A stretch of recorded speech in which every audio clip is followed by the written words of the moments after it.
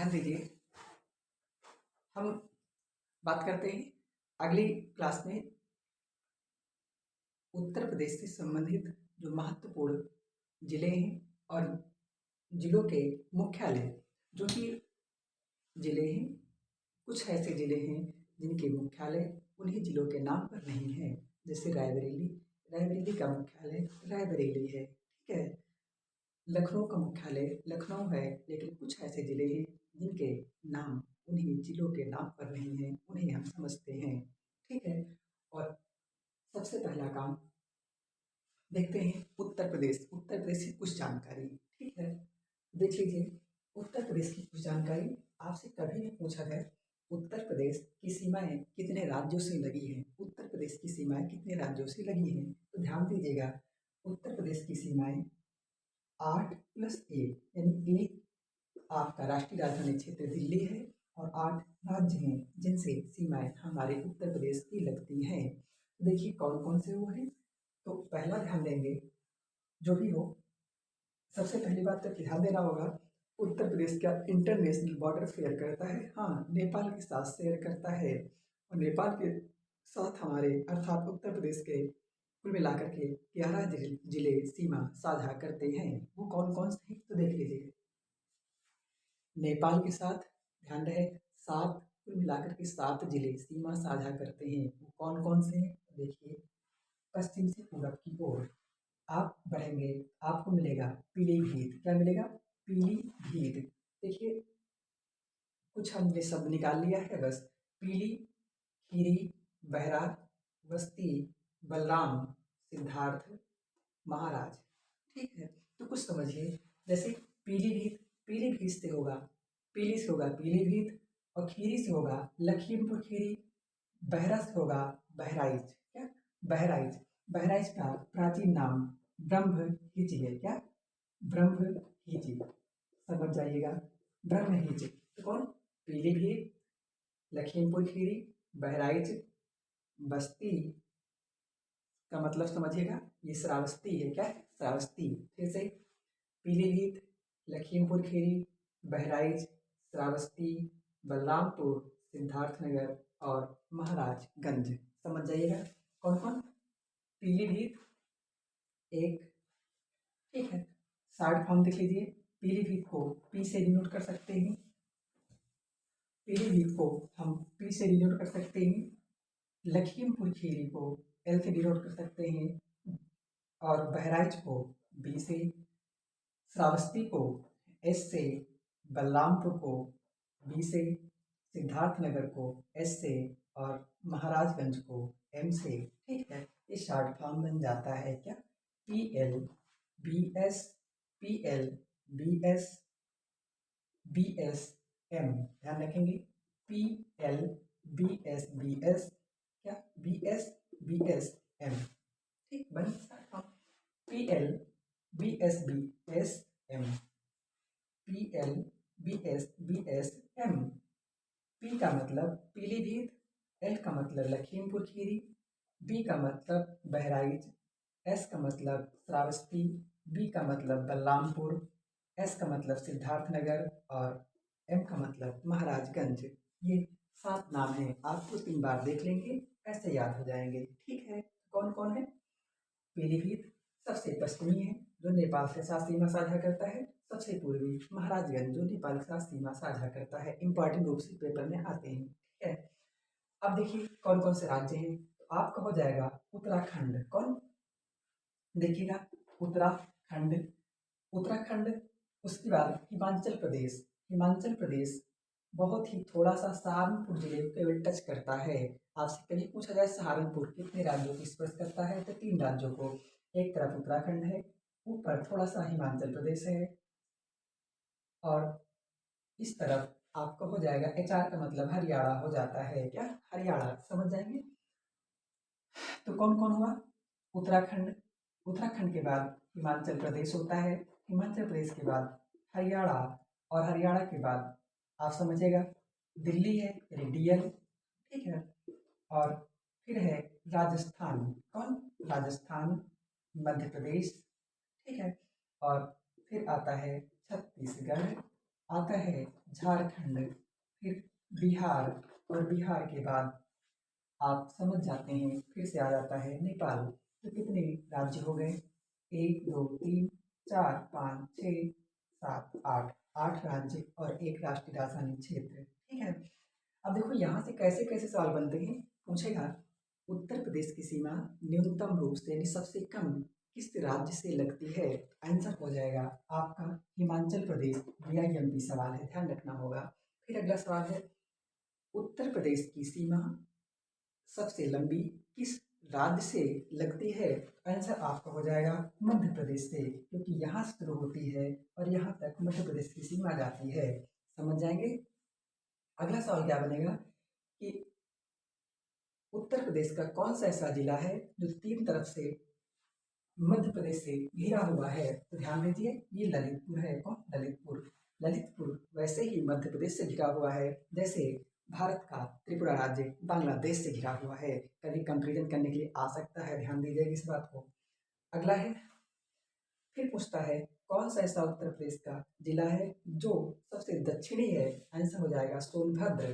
कौन सा ऐसा जिला है जो 4 राज्यों के साथ सीमा साझा करता है? आंसर हो जाएगा सोनभद्र। ठीक है, कौन कौन? मध्य प्रदेश, छत्तीसगढ़, झारखंड और बिहार। इस बात को ध्यान रखेंगे। उम्मीद करते हैं ये बात आपको पूरी तरह समझ में आई होगी। ठीक है, अगला सवाल क्या बनता है यहाँ से?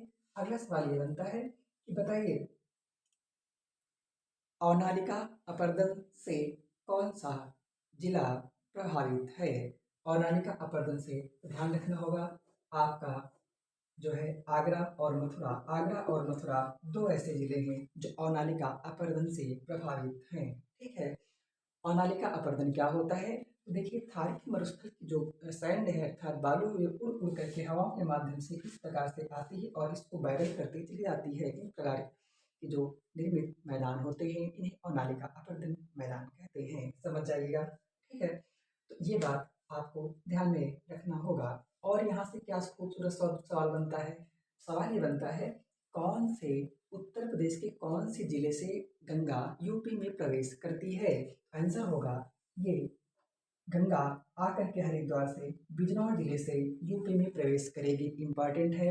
और बिजनौर से होते हुए ये जाकर के प्रयागराज में गंगा यमुना संगम होता है और ये जाकर के बलिया से छोड़ देती है।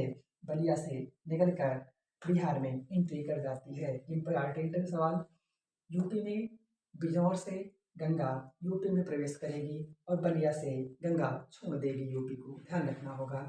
अगला सवाल बनता है कि कौन सी ऐसी नदी है जो उत्तर प्रदेश, हरियाणा और दिल्ली की सीमा का निर्धारण करती है? तो ध्यान देना, उत्तर प्रदेश, दिल्ली और हरियाणा की सीमा पर नदी प्रवाहित होती है, उसका नाम है यमुना नदी। क्या नाम है? तो ध्यान देना होगा, यमुना नदी।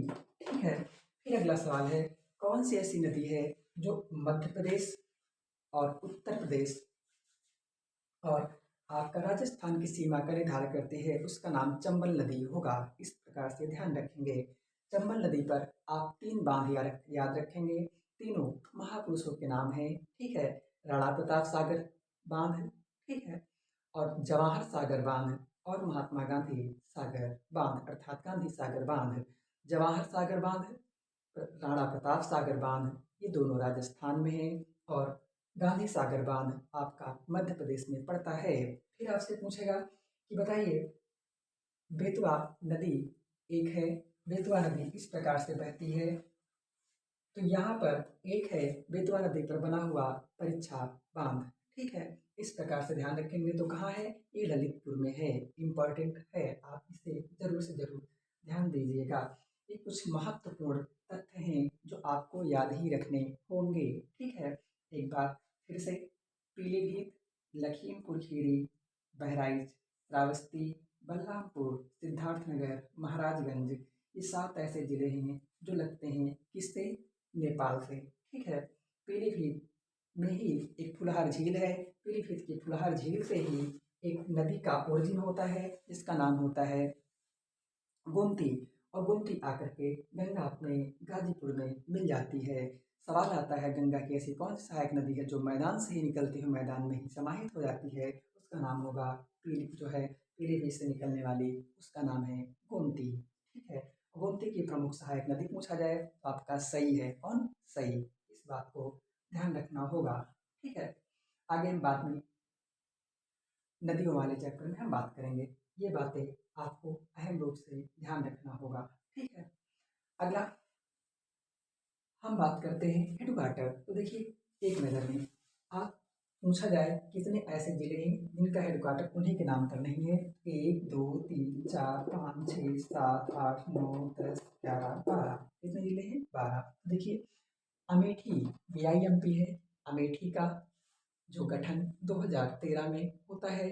ठीक है, रायबरेली सुल्तानपुर को काट करके। ठीक है, अमेठी अमेठी जो है, अमेठी का हेडक्वार्टर आपका पूछा जाए तो गौरीगंज है। इंपॉर्टेंट, अमेठी का हेडक्वार्टर गौरीगंज है। ठीक है, गौतम बुद्ध नगर का हेडक्वार्टर नोएडा है। क्या नाम है? नोएडा। इंपॉर्टेंट है। ठीक है, अगला है कौशाम्बी।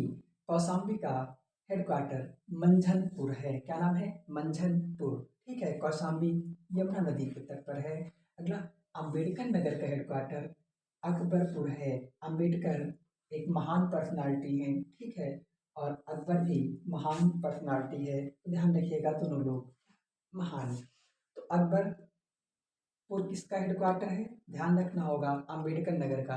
लेकिन पूछे अकबरपुर माती, अकबरपुर माती किसका हेडक्वार्टर है? तो ध्यान रखेंगे ये कानपुर देहात का हेडक्वार्टर है। किसका? कानपुर देहात का। देहात में अक्सर माटी मिलती है, समझ जाइएगा। कानपुर देहात लगा है तो समझ जाइए माटी लगेगा। ठीक है, तो कानपुर देहात का हेडक्वार्टर क्या है? अकबरपुर माती। और अकबरपुर किसका है? अंबेडकर नगर का। ध्यान रखेंगे। अगला कुशीनगर, कुशीनगर का हेडक्वार्टर पड़रौना है। कौन? कुशीनगर का हेडक्वार्टर पड़रौना है। ठीक है, संत कबीर नगर का हेडक्वार्टर खलीलाबाद, संत कबीर नगर का हेडक्वार्टर खलीलाबाद। संभल का हेडक्वार्टर, ठीक है, पवासा है। ठीक है, इस बात को ध्यान रखेंगे। सिद्धार्थनगर, सिद्धार्थनगर का हेडक्वार्टर नौगढ़। इंपॉर्टेंट है, सिद्धार्थनगर का हेडक्वार्टर नौगढ़। जालौन का हेडक्वार्टर उरई। कौन? जालौन का हेडक्वार्टर उरई है। फर्रुखाबाद, फर्रुखाबाद का प्राचीन नाम पूछ लेता है तो कामबिल्ले, याद रखेंगे। ठीक है, फर्रुखाबाद का हेडक्वार्टर फतेहगढ़ है। BIMP है। यहाँ पर सेना का बहुत बड़ा स्टेडियम भी, वो जो है भर्ती सेंटर भी है, ध्यान रखना होगा। तो फर्रुखाबाद इस नदी के तट पर है, ये भी पूछता है। और यहाँ पर आधुनिक मीरा कही जाने वाली महादेवी वर्मा का जन्मस्थली भी है, ध्यान रखेंगे। और सोनभद्र, सोनभद्र का हेडक्वार्टर रॉबर्ट्सगंज। कौन? सोनभद्र का हेडक्वार्टर रॉबर्ट्सगंज। इंपॉर्टेंट है। ठीक है, इनमें से आपको सवाल बताना होगा कौन सा ऐसा जिला है जहाँ पर आलू निर्यात जोन है। ठीक है, एक बार फिर से कौन कौन इंपॉर्टेंट? अमेठी का ध्यान रखना होगा, गौरीगंज। ठीक है, गौतम बुद्ध ग्रेटर नोएडा, ठीक, सबसे ज़्यादा विकसित है, ध्यान रखना होगा ये। उसके बाद आपका आता है अकबरपुर किसका है? कान अकबरपुर किसका है? अंबेडकर नगर का है। कुशीनगर का पड़रौना है। संत कबीर नगर का खलीलाबाद है। कानपुर देहात इसका जो है अकबरपुर माती है। सिद्धार्थ नगर का नौगढ़ है। जालौन का उरई है। फर्रुखाबाद फतेहगढ़। सोनभद्र रॉबर्ट्सगंज। ठीक है, ये बात आप ध्यान रखेंगे, ये हेडक्वार्टर हैं जो बहुत ज़्यादा इम्पॉर्टेंट हैं। ठीक है,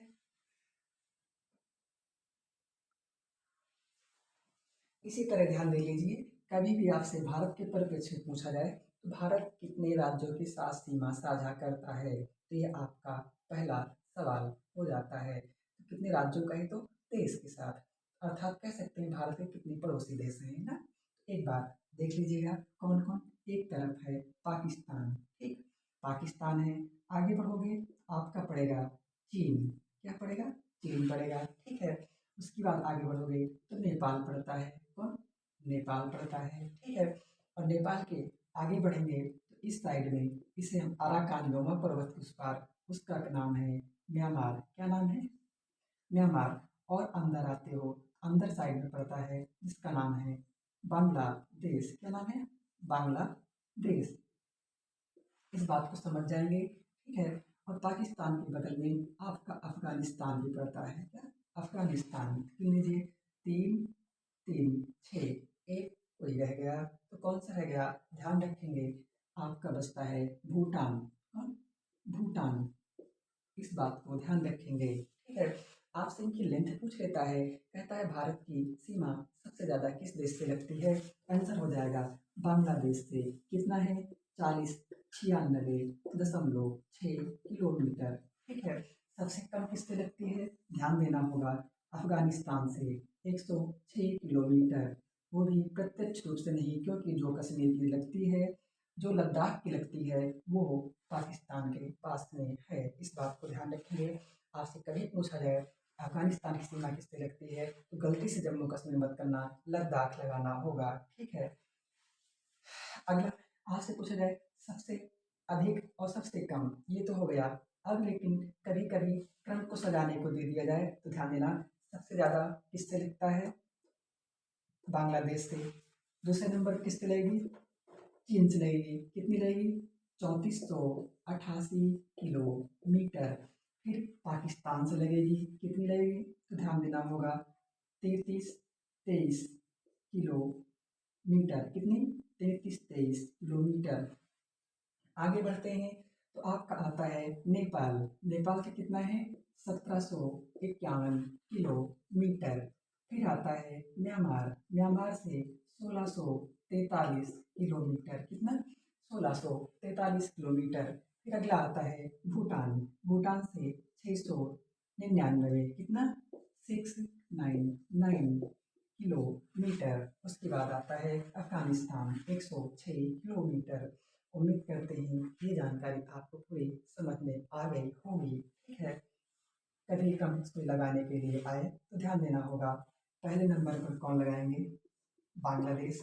दूसरे पर चीन लगाएंगे। तीसरे पर पाकिस्तान लगाएंगे। चौथे पर नेपाल लगाएंगे। पांचवें पर म्यांमार लगाएंगे, ठीक है। और छठे पर भूटान हो जाएगा।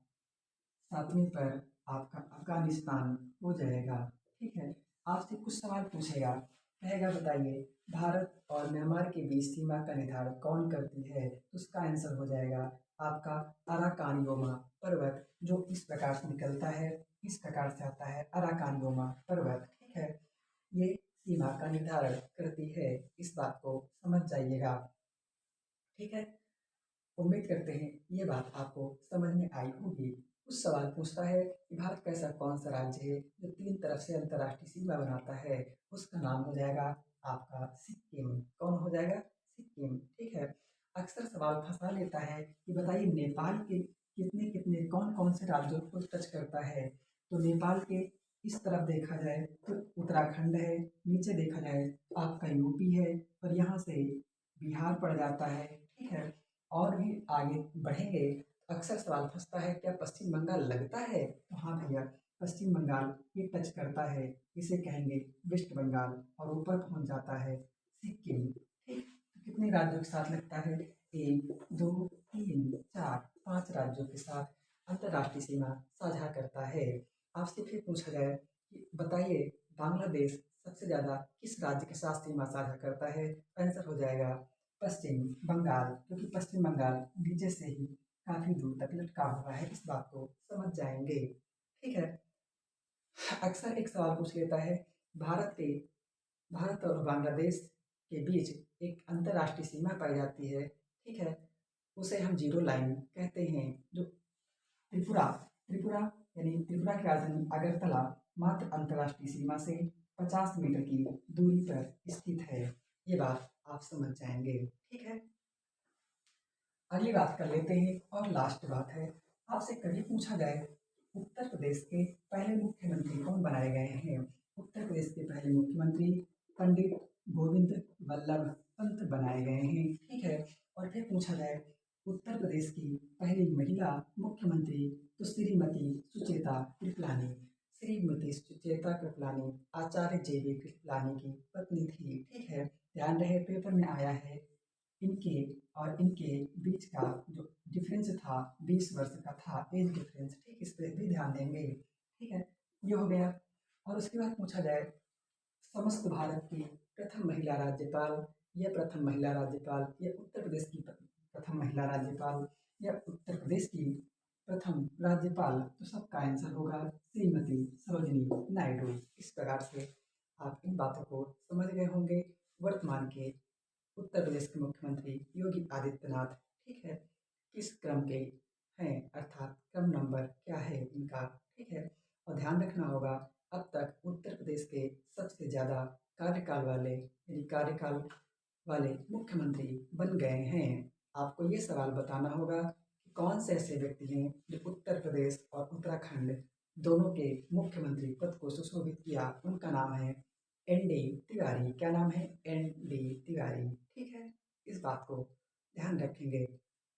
आपसे कहीं पूछा जाए पाकिस्तान के साथ कौन कौन सी सीमा लगती है, तो पाकिस्तान के साथ गुजरात लगता है, राजस्थान है, पंजाब है, जम्मू कश्मीर है और लद्दाख है। अर्थात 3 राज्य होते हैं और 2 केंद्र शासित प्रदेश होते हैं, ठीक है। चाइना के साथ कौन कौन सीमा साझा करता है, तो ध्यान रखना होगा, लद्दाख है, उत्तराखंड है, जम्मू कश्मीर है, सिक्किम है, अरुणाचल प्रदेश है। अर्थात 5 राज्य हो जाते हैं, ठीक है।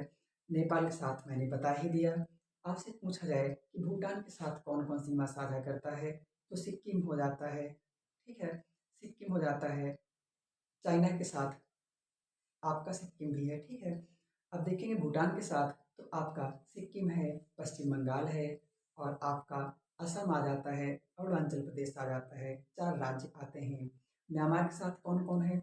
ऊपर से है अरुणाचल प्रदेश, नीचे है मणिपुर, अरुणाचल प्रदेश, नागालैंड, मणिपुर और मिजोरम ये सीमा शेयर करते हैं, ठीक है। आपसे कभी पूछा जाए नॉर्थ ईस्ट के जो राज्य हैं इनका स्थापना क्रम पूछ लेता है, तो ध्यान रहे अरुणाचल प्रदेश 1987 में आपका राज्य बना है, नागालैंड 1963 में बना है, ठीक है। और 1972 में आपके 3 राज्य बनते हैं। कौन कौन से? एक है मणिपुर, दूसरा है त्रिपुरा, चौथा है मेघालय। ये 3 राज्य बनते हैं। और मिजोरम, अरुणाचल प्रदेश और गोवा ये 3 राज्य 1987 में बनते हैं, ठीक है। मेघालय, ध्यान रहे, मेघालय, मणिपुर और त्रिपुरा ये 1972 में बनते हैं। सिक्किम आपका स्थायित्व रूप से स्टेट बनता है 1975 में। इन बातों को आप ध्यान रखेंगे, ठीक है। 2000 में आपसे पूछ लेता है कि सन 2000 में कौन कौन से राज्य बने, तो ध्यान रखना होगा छत्तीस, CU, जे, CUJ याद रखना। सी का मतलब छत्तीसगढ़, यू का मतलब उत्तराखंड और जे का मतलब झारखंड। क्रमशः किससे किससे कट के बने हैं? छत्तीसगढ़ मध्य प्रदेश से हटा, ठीक है, उत्तराखंड उत्तर प्रदेश से कट करके बना, ठीक है, और झारखंड आपका बिहार से कट करके बनता है। इस बात को ध्यान रखेंगे। डेट क्रमशः याद रखेंगे, 1/9/15 अर्थात 1 नवंबर 2002, सॉरी 1 नवंबर सन 2000, ठीक है, 9 नवंबर सन 2000, 15 नवंबर सन 2000, ठीक है। इस बात को आप ध्यान रखेंगे। आपको ये बताना है तेलंगाना देश का राज्य कब बना, ठीक है, ये बताइएगा। और भाषाई आधार पर गठित होने वाला पहला राज्य कौन था? और जब संविधान लागू हुआ तब आप जानते हैं कि कितने राज्य और कितने केंद्र शासित प्रदेश थे, और केंद्र शासित प्रदेश सबसे बड़ा क्षेत्रफल में कौन है और सबसे छोटा कौन है, इस बात को आप जरूर बताएंगे, ठीक है।